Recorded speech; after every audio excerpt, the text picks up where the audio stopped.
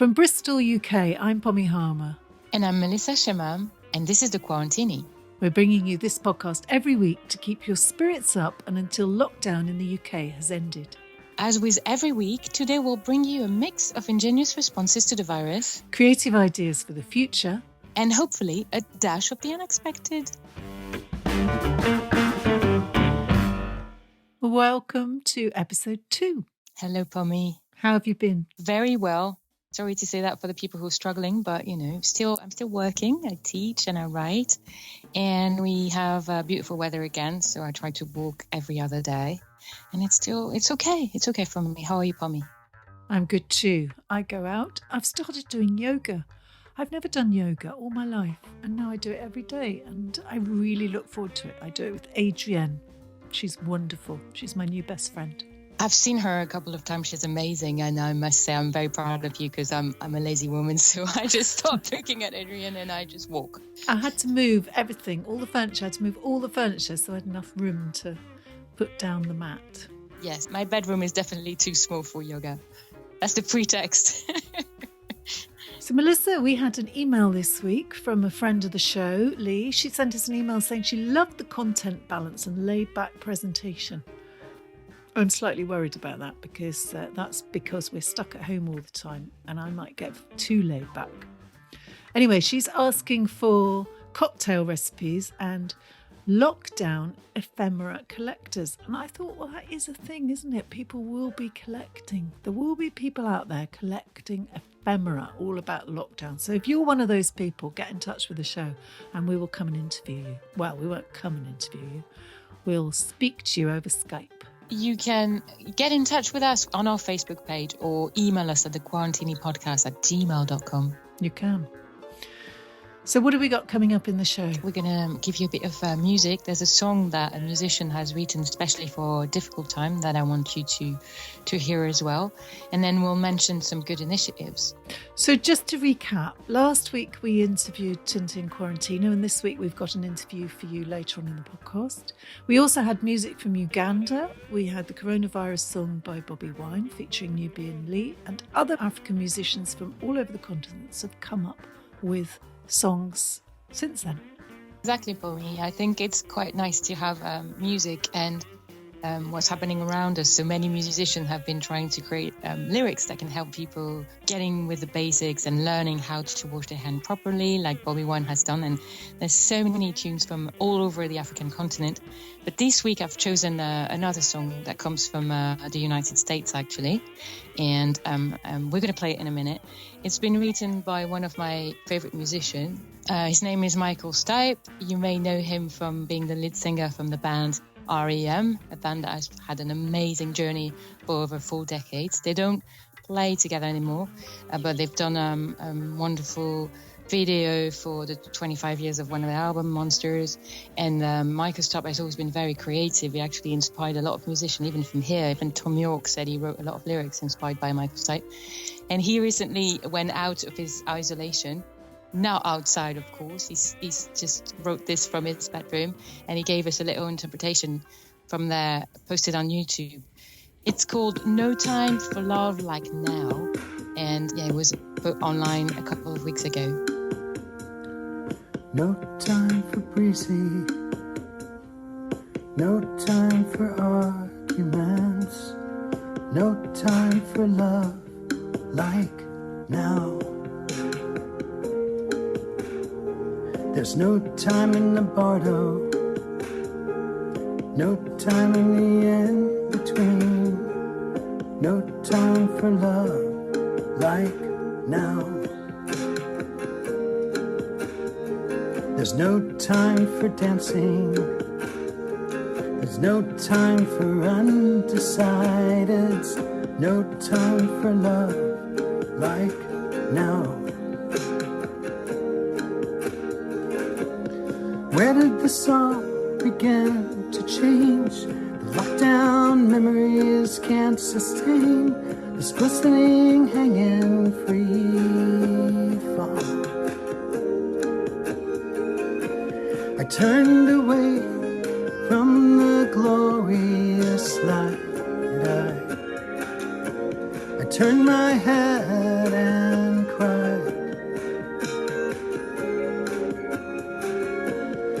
Whatever waiting means in this new place, I am waiting for you.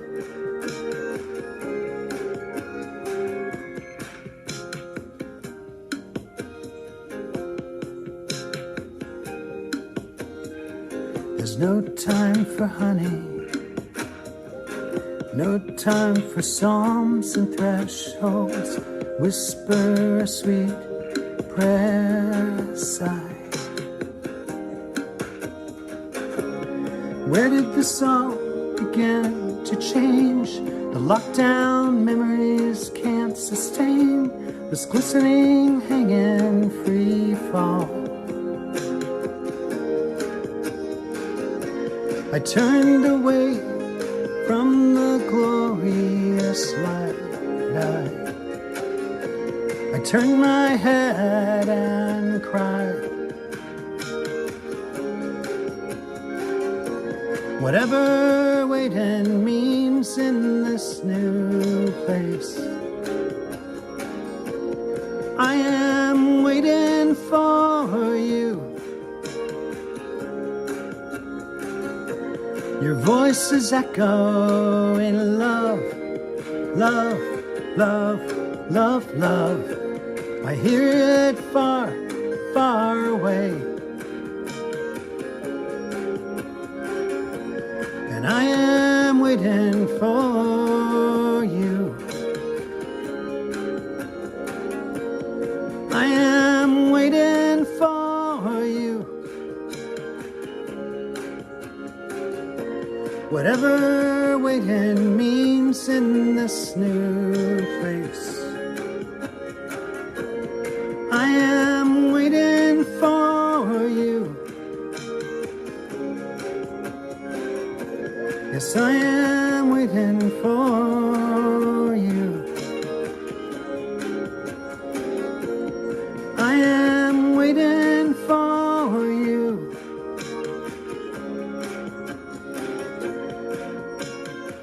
So that was Michael Stipe singing No Time for Love Like Now. And it was put on YouTube fairly recently, so have a look. Actually, it's really worth watching because he does this really lovely smile just at the end. It's just amazing. He's just one of, the greatest artists for our time. He's always there when we need him. So it's now time for our Roundup. Each week we'll be bringing you a variety of creative responses here in Bristol and from all over the world. So please get in touch and let us know if you've come across any. You can email us at thequarantinipodcast@gmail.com. What have you got for us as our number one piece, Melissa? I think a lot of people would have heard of him, but he deserved to be the first person mentioned. It's the famous war veteran, Captain Tom Moore. You may have seen his photo in a lot of online magazines and newspapers. He was celebrated his 100-year anniversary, his own birthday, by doing a walk for the NHS, and he raised more than, the number's probably meaningless now because it was above £25 million, and I'm sure it's gone up still. So that's millions of supporters, all this through fundraising on Just Giving, the website. Tom's walk for the NHS. Wonderful. Well done. We're so proud of him and our NHS workers. Fantastic, isn't it? £25 million. Wow. Okay, so what's happening in Bristol this week? So, you know that I have a thing for music. So I wanted to mention that a lot of artists are actually obviously stuck at home. They can't tour. And we all know that most musician lives from touring. But some of them have been courageous enough to still release their new album or coming music. One of them is very dear to me. His name is Jimmy Galvin. And he's very discreetly released a beautiful album that's called Spiritual Data. So he's really a man from here. He's lived in Bristol all his life. He's from an Irish family born in Bristol. And this is wonderful piano music. It's so uplifting, Pommy. It's really delightful. He's inspired by the greatest like Chopin and Eric Satie. And he's also a painter. You might have seen that an exhibition that he curated in October that was inviting Yoko Ono to send some video work and photographs here in Bristol at the George's house. I went to see that, yes. I went to see that. And it had an exhibition of domestic violence in the basement done by Nextlink. Absolutely. And the two were quite creating a dialogue, because that's something that Yoko Ono has always addressed as well. So Jimmy is a very creative person. Listen to that album. A lot of tracks are online, actually, just on YouTube or on his website, Jimmy Galvin. Jimmy Galvin. So we'll hear a little bit of that now.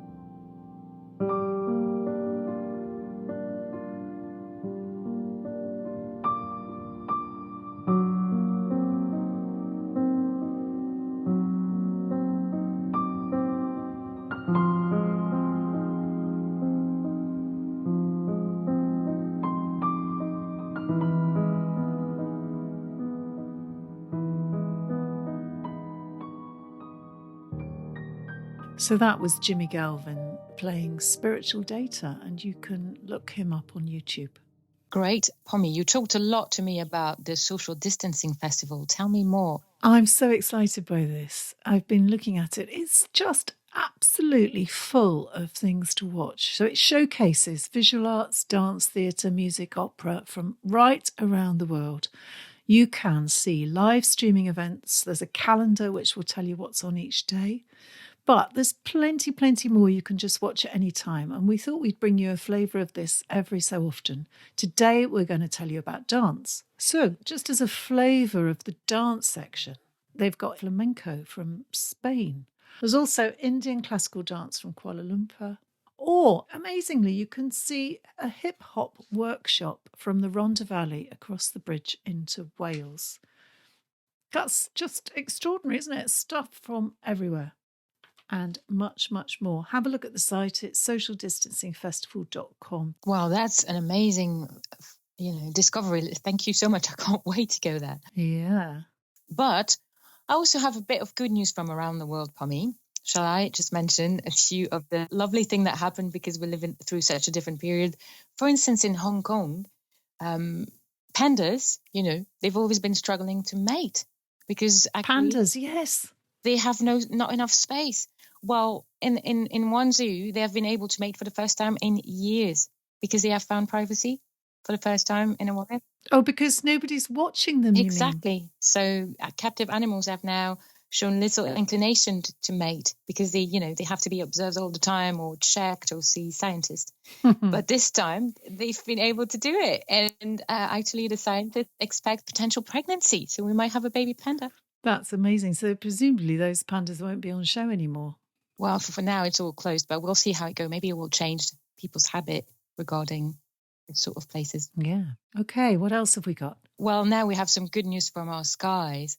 In the Himalayas, the summits have been visible for the first time in 30 years, Pommy, because of the pollution level in India getting so much lower. That's an amazing news, and that's correlated to the fall in carbon emission all around the world due to the fact that the coronavirus forced us not to travel. And I think hopefully that change may stay after the lockdown releases, because I think maybe more people will start working from home. Yeah, obviously. I've also seen yesterday that the city of Milan has decided to use the empty street to create more cycling paths so that when they reopen for business, there'll be less cars and more people walking and using bicycles. So I think it's already working indeed. It's exciting, isn't it? There's also just a simple number for you guys when you think this is a very gloomy time. So many people have been affected. But in the meantime, 36 million babies were also born. 36 million babies born this year. Yeah, just since the beginning of the COVID-19. So basically since January, yes. That's amazing, isn't it? Okay, so now let's get back to Bristol and hear about an initiative here in the city. Melissa, tell us who you spoke to this week. Right, so this was really dear to my heart. I'm really impressed by what they've been doing. I wanted to talk to an organisation called Caring in Bristol, And I've been able to talk to the director, Ben Richardson, who happens to be a friend of mine. I've stayed with him in his lovely house in St. Weberg a couple of years ago. And they're doing an amazing work to try to find a house for people who don't have one. So anyone who's a homeless or rough sleeper or have no permanent housing, they have set up an upscale level of work to try and fix that problem with different hotels and different accommodations. And also, obviously, one of the main project is to bring these people food. So they're really here to help out the most vulnerable in Bristol, and it's a great example. They've launched a special campaign with new pastors that they have addressed to people as, you might never see this campaign because you're all at home, but obviously everyone is sharing it on social media. So they've launched a plan that's called Cheers Drive, and they're getting... Cheers Drive. Yes, of course. If you're from Bristol, you know why. Cheers Drive is this expression that people used to tell the bus drivers. You know, there is a Cheers Drive now in Sandwell, don't you? Oh, that's lovely. I think I've seen some sort of like a billboard somewhere on the website, probably Bristol 24/7. Yes. So Cheers Drive is just a group of volunteers who are, most of them are chefs, or they used to work in a restaurant and they don't know what it's going to become, but they volunteer to just make food and bring it to the most vulnerable and the NHS workers. So here is more in my conversation with Ben about caring in Bristol. Thank you so much, Ben, for being with us. Thank you for taking the time. It's my total pleasure. First, can you explain what you do with caring in Bristol in general and how this crisis changed your daily work? It's a local community-based charity. And, our kind of vision really is a city empowered to solve homelessness. So it's the vision of Bristol, without homelessness, which is pretty ambitious. We do lots of emergency crisis work. We formerly ran a shelter, for sort of older people. We do all sorts of interesting work with younger people at risk of homelessness. And we do a lot of education and campaign work. As this sort of crisis has sort of struck, the first thing to say about it is that it's not a homelessness crisis that we're responding to, it's a humanitarian crisis. Some people are going around thinking, well, the pandemic has meant that suddenly we won't see homeless people or homelessness has been solved. It's not like that, unfortunately. I think there's been some immediate kind of interventions from a public health perspective to sort of immediately put people who are very vulnerable to get them less exposed to the virus. So what we've seen locally is a lot of people moved off the streets or out of hostels where they can't self-isolate into hotels. A lot of the food provision, a lot of kind of the services that vulnerable people had fell away very, very quickly for lots of different reasons. And obviously you're doing this thanks to the work of a lot of volunteers, is that right? So my whole charity really now has switched to kind of providing really basic core support in terms of food. We're kind of producing about 6,500 meals a week that we're using an army of volunteers to deliver. We've sort of taken on chefs and restaurant businesses that have been out of business, and we've employed people to produce a huge kind of food operation. Well, congratulations for reacting so quickly. And what kind of help did you receive so far, and who are your main partners in this job? Bristol is an amazingly sort of generous city in lots of different ways. We, as a charity, for 30 years have run a huge Christmas project that involves about 1,000 volunteers called Caring at Christmas. And fortunately, we have developed some quite good relationships with people like Josh Eggleton from the Pommy and Trap, a very well-known local Michelin-starred chef, and some of the other sort of food businesses that make part of Bristol's quite diverse food scene. There has historically been a lot of concern with some of those businesses and some of those chefs about, the power of food to sort of transform people.